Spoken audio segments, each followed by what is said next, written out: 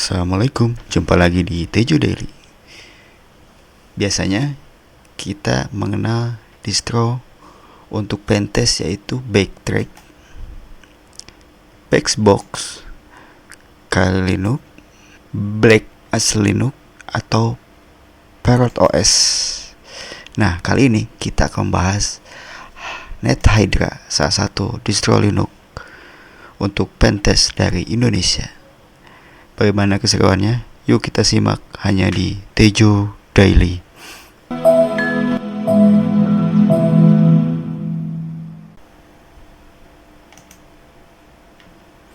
Baik, untuk menginstal distro ini cukup klik 2 kali pada icon yang ada di desktop ya. Tunggu hingga aplikasinya muncul. Oke, sudah muncul. Kita pilih bahasanya ya, American English. Lokasinya di Jakarta. Next. Keyboardnya oke, sudah. Di sini ada berapa metode? Ada 4 metode install alongside ya. Dia akan mengambil partisi yang kosong di sebelah sistem operasi yang sudah ada. Kalau di sini mengganti jadi yang lama diganti dengan yang baru. Kalau yang ini dihapus semua. Kalau yang ini di install berdasarkan pilihan dari user ya. Oke, saya pilih yang Laserdisc Swap No Hybrid. Kalau Anda menginstalnya di komputer langsung, bukan di mesin virtual, jangan lupa untuk membackup datanya terlebih dahulu ya. Jangan sampai Anda menginstal terus data yang terhapus. Jadi backup itu sangat penting. Kalau sudah dipilih, tekan next. Saya masukkan namanya. Saya memilih login otomatis. Tekan install. Tunggu sampai proses instalasinya selesai. Oke, proses instalasi sudah selesai. Kita akan restart ya. Baik teman-teman, NetHydra ini merupakan salah satu distro yang dikembangkan oleh komunitas Linux, di mana untuk basisnya ada Debian stable ya, atau stabil, menggunakan desktop XFCE ya. Jadi distro ini ya distro khusus untuk forensik ya dan security, di mana untuk rilisnya itu rilis pertama 2025 bulan 12 dan rilis kedua 2026 bulan 5 ya. Websitenya bisa Anda kunjungi di nethydra.github.io. Nanti saya akan sertakan di deskripsi untuk link websitenya ya. Untuk downloadnya Anda bisa mengklik Get Now. Saya pilih yang ini ya, yang Sonar. Nanti tinggal klik download. Untuk ukuran distronya lumayan besar, yaitu sekitar 5,8 GB. Saya sudah menginstalnya di VirtualBox. Oke, kita sudah masuk ke lingkungan desktopnya NetHydra. Di sini menggunakan XFCE yang sudah dikustomisasi. Kita lihat untuk sistemnya. Oh, belum terinstall.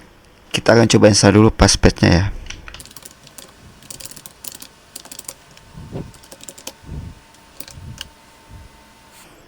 Karena ini menggunakan Debian, jadi perintah installnya bisa menggunakan sudo apt install ya, nama aplikasinya.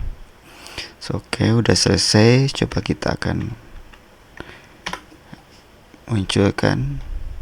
Untuk kernelnya menggunakan 6.12 ya. Untuk paket aplikasinya menggunakan Debian ya, jadi menggunakan DPKG. Untuk bash, untuk selnya menggunakan bash atau terminal yang menggunakan bash. XFCE nya menggunakan XFCE 4.2 ya. Terus juga untuk RAM dari 8 GB RAM ini saat ini lagi ide ya. RAM yang terpakai adalah 875 MB. Untuk tampilannya seperti ini ya, ada panel di atas. Di sini ada untuk aplikasi yang aktif ya, yang digunakan ya. Di sini ada virtual screen ya, ada 4 virtual screen. Jadi Anda bisa berganti-ganti dari screen 1 ke screen 2 gitu ya. Oke, kita akan coba ganti wallpaper dulu karena ini menggunakan XFCE. Untuk ganti wallpaper cukup klik kanan ya. Klik kanan, setelah itu pilih wallpapernya. Ya, karena di sini tidak banyak pilihan wallpaper, hanya 4 ya, kita pilih salah satu aja. Bisa kita pilih yang pink ini ya. Oke, close. Oke, untuk aplikasi yang terinstal di sini rata-rata aplikasinya untuk pentest ya, pentest atau penetration testing ya. Di sini kita hanya mengulas distro, bukan untuk meretas ataupun belajar meretas ya. Di sini ada beberapa kategori ya, ada reconnaissance, terus juga ada resource development, exploit DB, wah saya juga nggak tahu nih makanya gimana.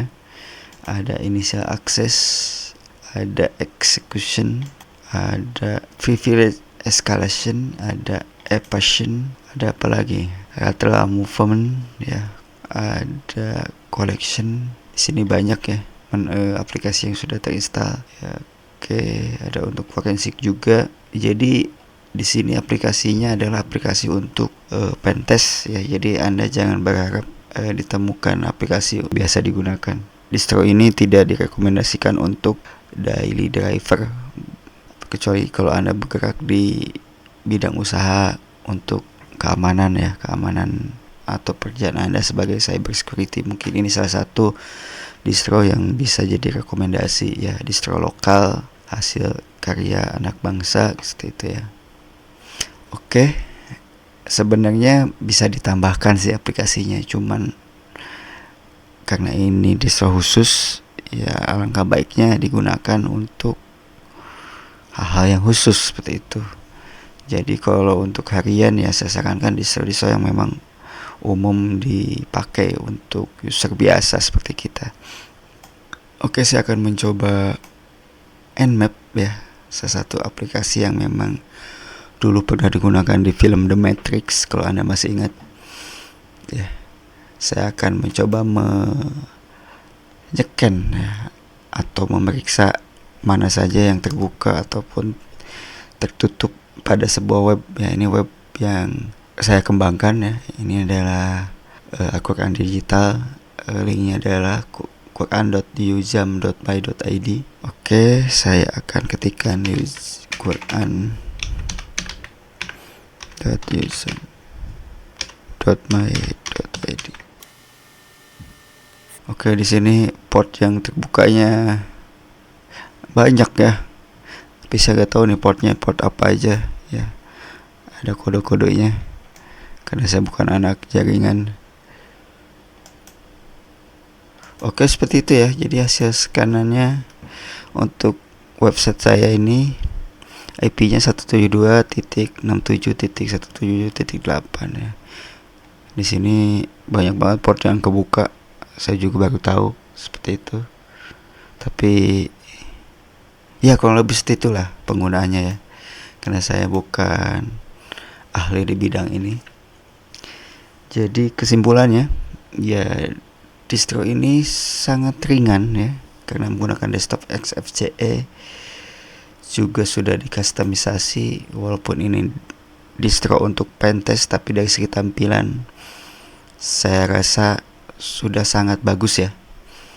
Di sini dengan panel atas ya, kalau dilihat-lihat mirip seperti Kali Linux sih ya. Jadi distro ini cocok bagi Anda yang memang bekerja di bidang keamanan cyber ya. Jadi kalau untuk user biasa tidak direkomendasikan ya, karena memang melakukan rutinitas harian seperti mengetik menggunakan distro ini ya, gimana ya, lucu aja gitu loh. karena ini salah satu distro yang memang khusus untuk penetrasi testing, untuk melihat celah keamanan dari sebuah sistem. Jadi kalau digunakan untuk harian menggunakan ini saya rasa agak aneh aja ya. Jadi kalau hanya untuk coba mengetes pada aplikasi sendiri ya silakan gunakan distro ini. Seperti itu ya. Jadi saya senang karena masih ada distro Linux yang dikembangkan oleh orang Indonesia ya. Kalau saya lihat di sini timnya hanya 3 orang ya. Ada Joe, Mr. Pro, Pox 47 ya. Wah, saya terima kasih banget nih karena memang ini yang saya tunggu-tunggu ya, distro asli Indonesia. Oke teman-teman, mungkin itu saja ulasan untuk kali ini.